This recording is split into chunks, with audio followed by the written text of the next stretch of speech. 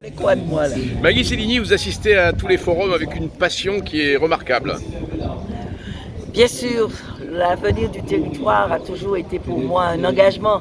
Et pour ma part, j'ai toujours pensé qu'un engagement, on mène jusqu'au bout. Et c'est pour cette raison qu'à chaque fois qu'il est question de l'avenir de la Guadeloupe, tant sur le point de l'aménagement, tant sur le développement, tant sur la jeunesse, je serai toujours présente dès lors que je serai en mesure de le faire. Vous êtes une spécialiste des énergies et vous avez des belles choses à dire.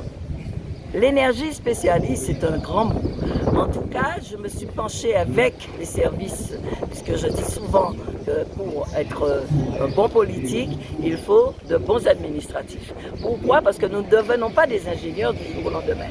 Il nous faut cet accompagnement pour pouvoir maîtriser le sujet et surtout pour donner l'orientation politique que nous voulons lui donner.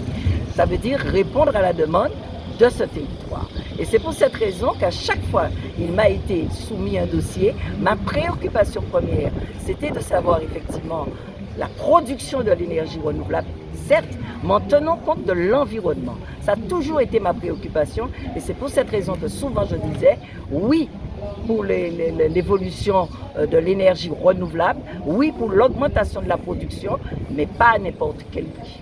Oui pour les voitures électriques? Alors, je vais contrarier certains, parce que je n'ai jamais été une grande fan de la voiture électrique. Pourquoi? Le lithium. Nous savons les dégâts aujourd'hui, moi je ne le sais pas. Et c'est pour cette raison que j'ai toujours émis des réserves. Et je vais jusqu'à dire que j'avais demandé à l'époque à l'ADEME de mémoire de mener une enquête et de confier cette enquête à un bureau d'études de telle manière à réfléchir et surtout à mener les études concrètes pour savoir demain ces accus au lithium, qu'en ferait-on et quel pourrait être l'impact de ce lithium sur l'environnement. Après le chlordécone, vous pensez que je ne pouvais pas me permettre d'accepter l'idée qu'on puisse faire rentrer en masse ce lithium sans savoir quel serait l'impact sur la vie des Guadeloupéens.